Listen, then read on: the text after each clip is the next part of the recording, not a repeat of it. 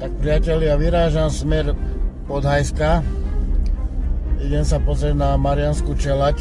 Bol som tam v nedeľu, videl som tam nejaké zmeny, že tam nastali. A bola dosť veľká hmla, takže som si to tam nejako moc ani nemohol nafotiť, ani natočiť, tak sa tam vraciam ešte raz. Dneska to už vyzerá byť trošku lepšie.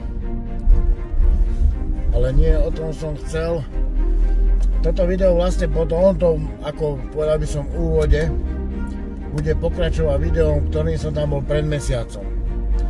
A neskutočné veľké zmeny tam nastali a chcel by som vám ich ukázať. Inak tento sivý dom, ktorý sa teraz na to pozeráte, tento presne toto, tak to je vlastne dom v Beši, kde našli tú kostru mamuta, ktorú Andrej Kmeď zachránil. No a k tej Mariánskej čeľadi, že neskutočné zmeny sa tam nastali, takže čo sa mi podarilo zistiť bolo, že vraj sa to má nejako ohradiť a že sa to má zastrešiť. Ale či to je pravda, neviem. Fakt, lebo ja som tam išiel úplne náhodou a keď som to videl, čo sa tam stalo, po tom všetkom, aké to bolo, no neskutočné, však budete vidieť vo videu. Takže tí, ktorí ste tam neboli, ja neviem, v priebehu jedného týždňa, tak dopozerajte video do konca, lebo tie zmeny, ktoré nastali v Mariánskej čeľade, sú proste, však uvidíte sami.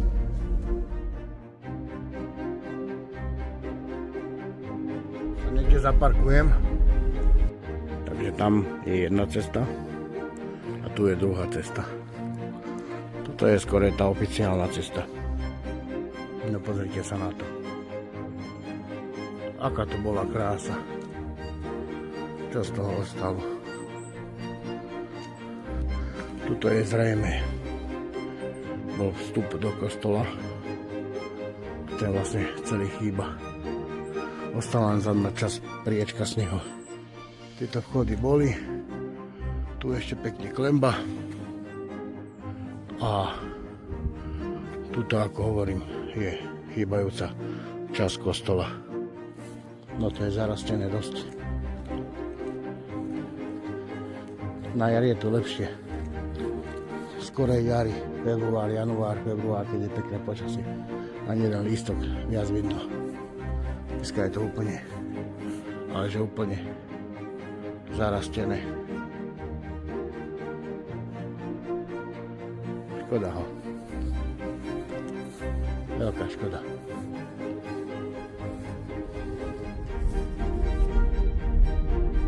Úplne iný svet. Tam som nehal auto pre istotu. Rampa už funguje, momentálne otvorená. Pozri sa.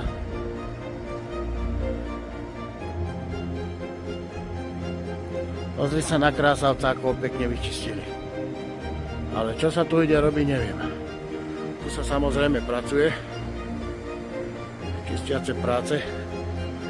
Jak táto strana ani nebolo vidno. Dalo sa ísť tajto, alebo tadeto, dookolo.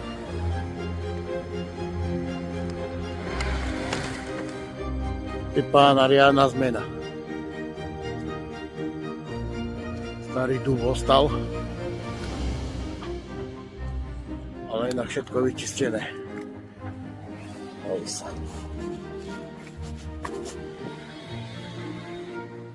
Pracuje sa tahet. Toto bol vlastne hlavný vchod.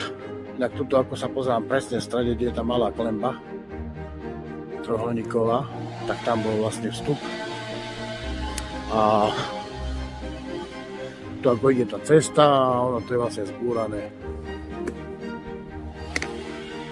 Tuto bola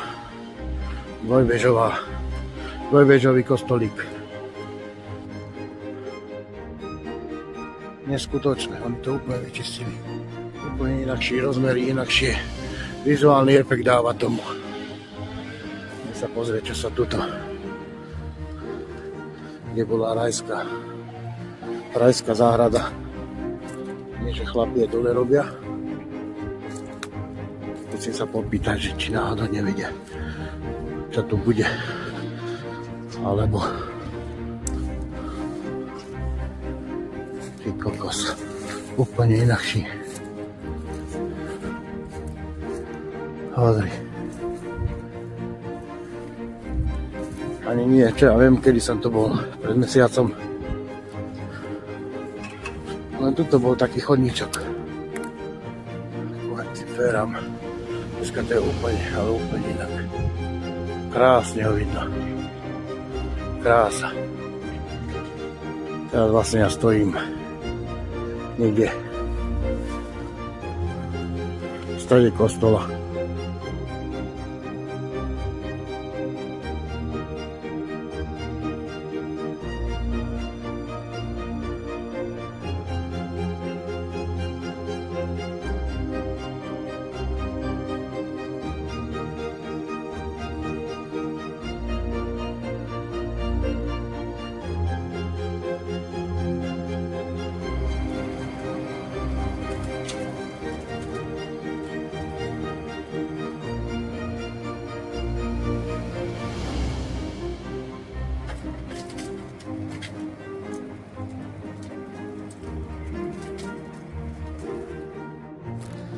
Som sa s pánom rozprával z Bagru.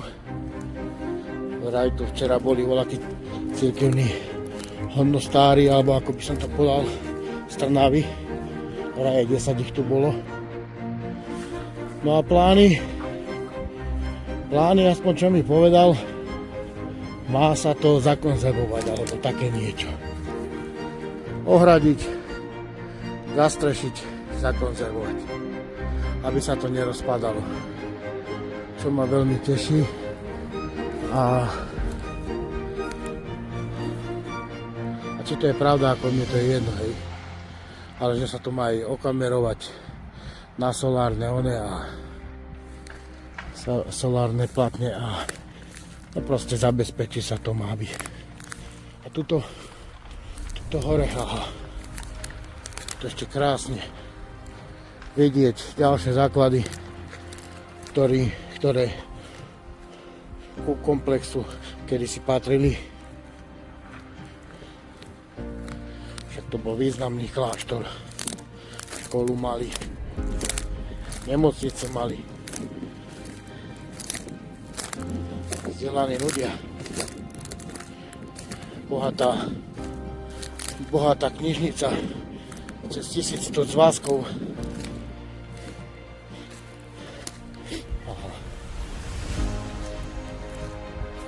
Tam veľké schody idú.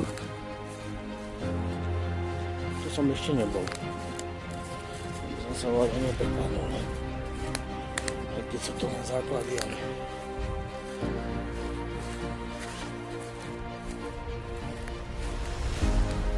A toto je novodobé, to z betónu. No, hovorím, za komunistov sa to využívalo aj ako dobytok tam dávali. Maštal. Bývali v tom ľudia.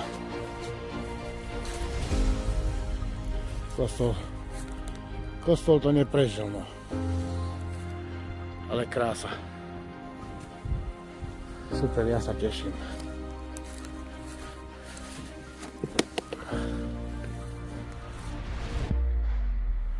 Ja sa teším.